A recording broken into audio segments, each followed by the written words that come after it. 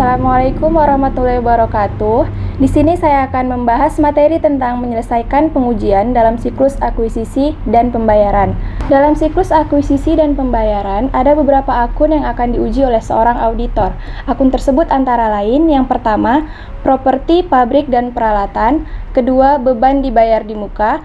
Yang ketiga yaitu kewajiban lainnya. Dan yang terakhir adalah akun laba dan beban. Di sini saya akan membahas lebih lanjut mengenai audit atas properti, pabrik, dan peralatan. Properti, pabrik, dan peralatan adalah aset yang memiliki umur yang diharapkan lebih dari 1 tahun, digunakan dalam bisnis, dan tidak diperoleh untuk dijual kembali. Dikarenakan audit atas ketiga akun tersebut serupa, maka saya akan mengambil contoh akun peralatan untuk mengilustrasikan pendekatan ketika mengaudit ketiga jenis akun tersebut. Sebelum melakukan audit atas ketiga jenis akun tersebut, auditor harus membedakan cara memverifikasi peralatan dengan akun aset lancar lainnya. Dikarenakan audit atas peralatan lebih menekankan pada verifikasi akuisisi yang dilakukan pada periode berjalan dan bukan saldo akun akhir tahun. Dalam audit atas peralatan dan akun terkait, ada beberapa hal yang harus diperhatikan oleh seorang auditor. Yang pertama, melaksanakan prosedur audit. Yang kedua, memverifikasi akuisisi tahun berjalan. Yang ketiga, memverifikasi pelepasan atau pembuangan tahun berjalan. Dan yang keempat, memverifikasi saldo akhir tahun akun aset. Kelima, memverifikasi beban penyusutan. Dan yang terakhir yaitu memverifikasi saldo akhir akumulasi penyusutan. Seperti yang sudah saya sebutkan sebelumnya, hal pertama yang harus dilakukan oleh seorang auditor adalah melaksanakan prosedur analitis. Prosedur analitis dilakukan untuk menemukan salah saji yang material dalam beban penyusutan dan akumulasi penyusutan. Kemudian yang kedua, seorang auditor harus memverifikasi akuisisi tahun berjalan.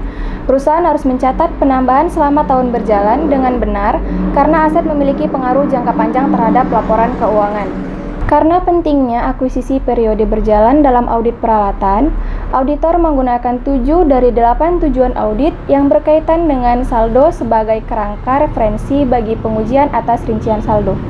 Hal yang harus dilakukan oleh auditor selanjutnya adalah memverifikasi pelepasan tahun berjalan. Transaksi ini melibatkan pelepasan peralatan yang seringkali disalah sajikan. Untuk meminimalisir terjadinya salah saji, auditor menggunakan prosedur untuk memverifikasi pelepasan tersebut.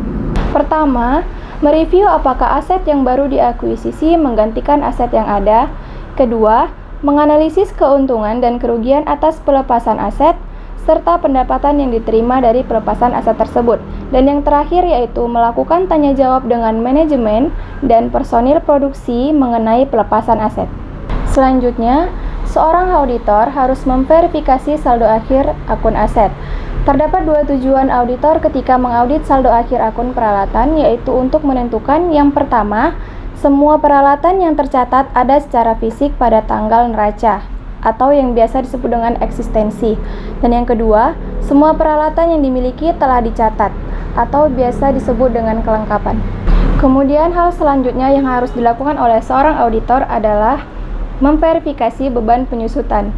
Beban penyusutan merupakan salah satu dari beberapa akun beban yang tidak diverifikasi sebagai bagian dari pengujian pengendalian substantif atas transaksi. Memverifikasi beban penyusutan bertujuan untuk menguji keakuratan data yang berkaitan dengan saldo untuk beban penyusutan. Hal terakhir yang harus dilakukan oleh seorang auditor adalah memverifikasi saldo akhir akumulasi penyusutan. Dalam hal ini, terdapat 2 tujuan yang harus ditekankan. Yang pertama, akumulasi penyusutan yang dinyatakan pada file induk properti sama dengan buku besar umum. Dan yang kedua, akumulasi penyusutan dalam file induk sudah akurat. Demikian pembahasan dari saya. Apabila terdapat salah kata maupun kekurangan, saya mohon maaf. Wassalamualaikum warahmatullahi wabarakatuh.